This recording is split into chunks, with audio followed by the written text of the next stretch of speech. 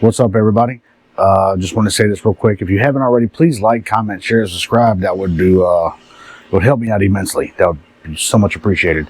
The ATC audio is going to be pretty close to the end of this video, so stick around. You don't want to miss it. And I'm going to give you some explanations of what I think may have happened.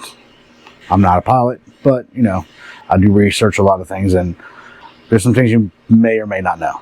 So anyway, stick around. Let's get to it.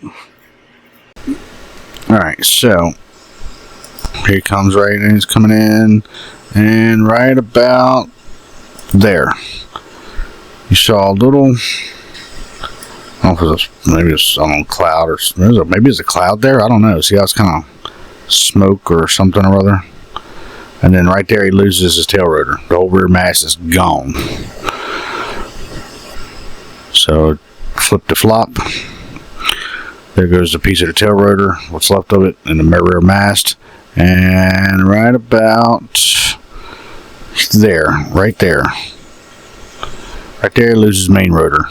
You know, a lot of times if you have a tail rotor failure, you can put it in auto rotate and it'll kind of glide its way down, even with the rear mast being, well, I don't know about the whole mast, but the tail rotor not being screwed up. So anyway, it goes down, and now once that main rotor's gone, it's a brick. There's nothing you can do at all. Absolutely nothing. There's nothing you can do.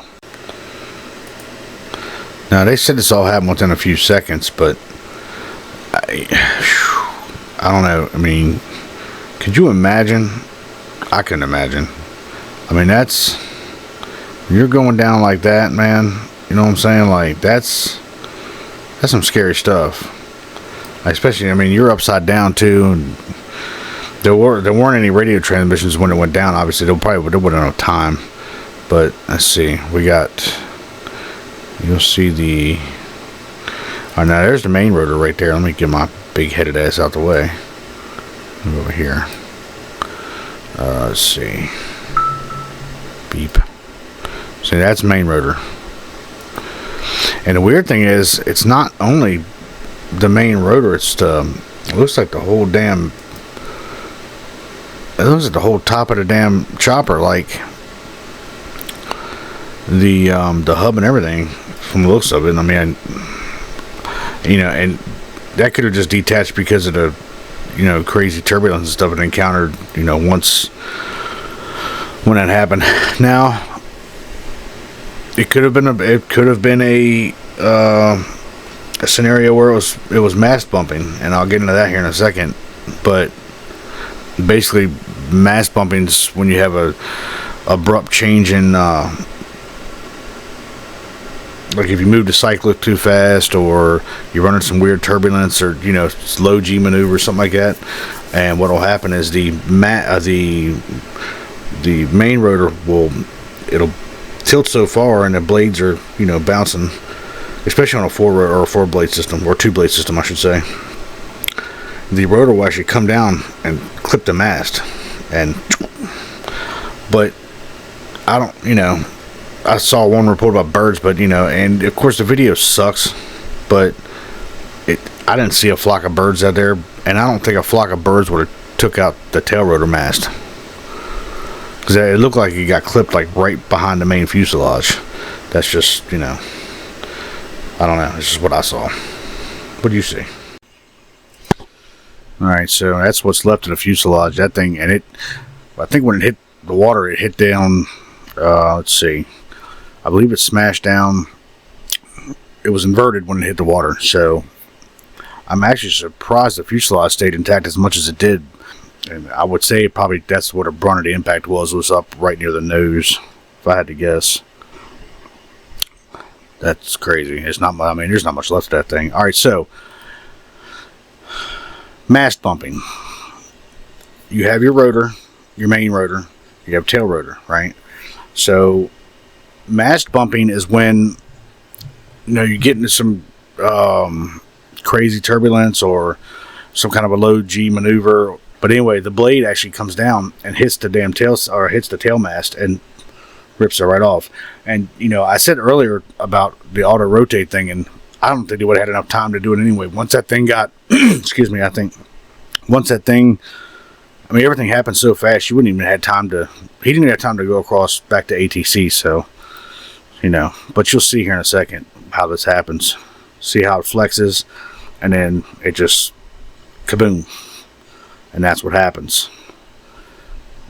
You would think that maybe there would be some kind of a limiter on it, but I guess maybe the blade just flexes so much, and in this case, once it came apart, and the more turbulent it got, it just ripped the whole hub assembly and rotor right out of it, because the main rotor came down in one piece. You saw that in the video, just like a damn throwing star, and so did the tail rotor. The tail rotor was off in one piece too.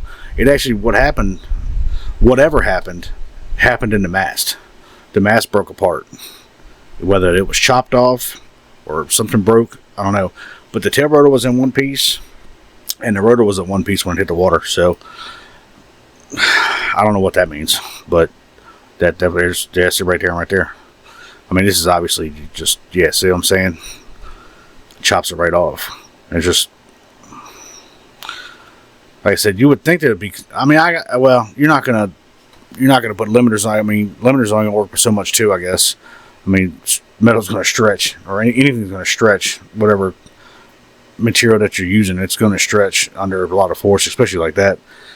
So it's a sad thing, that's for damn sure. I don't know how often it happens. I've personally never seen it happen. I'm not a pilot, but first time I've heard about it ever happening. I'm sure it's happened quite a bit. We just don't hear about it. Executive Augustine Escobar, his wife Merce Camprubi Montal, and their 3 children, ages 4, 5, and 11, along with a 36-year-old pilot on board the helicopter. 3 to 3:08 p.m. The helicopter flies S, circles the Statue of Liberty, then turns N along the Hudson River, ascending to approximately 1,000 feet. It continues past the George Washington Bridge before reversing course to head south along the New Jersey shoreline 467. 3:15 p.m. Eastern Time. Witnesses report loud noises resembling gunshots or a sonic boom as the helicopter begins to disintegrate midair. Video footage captures the tail rotor and main rotor blade detaching, followed by the fuselage plunging into the Hudson River upside down near Pier of Park, Hoboken at a 45-degree angle. Okay, just confirm, is it 39 or 38? The code's 39. Actually, yeah, 39. We got 39. Thank you. New York 39, stop that truck. That's my time to do that. New York 39, around to LaGuardia 2605. LaGuardia, thanks. Afternoon, LaGuardia. New York 39 is back with you for Bravo Tour. New York 39, LaGuardia, Tower 3032, Bravo Tour approved. New York 39, traffic through the Spirit Block, about 2 miles southeastbound, helicopter 1300 has been in sight. New York 39, looking for that traffic. Could I also get that check out? New York 39, leading the Bravo, ready to turn at Scorpio Park, reaching approved traffic, full facing north south 15 helicopter. Got that traffic aside, maintain a visual set. New York 39, thanks for the help. That's 2-1, leading the Bravo, ready to turn at Scorpio Park, reaching approved. And is there anything you see in the Hudson? Anything out of the ordinary? Squawkies RN negative Metro 21. Roger, thanks. No problem. So this is actually video of that helicopter, I think like a week before or something, doing the same thing he was doing when they crashed.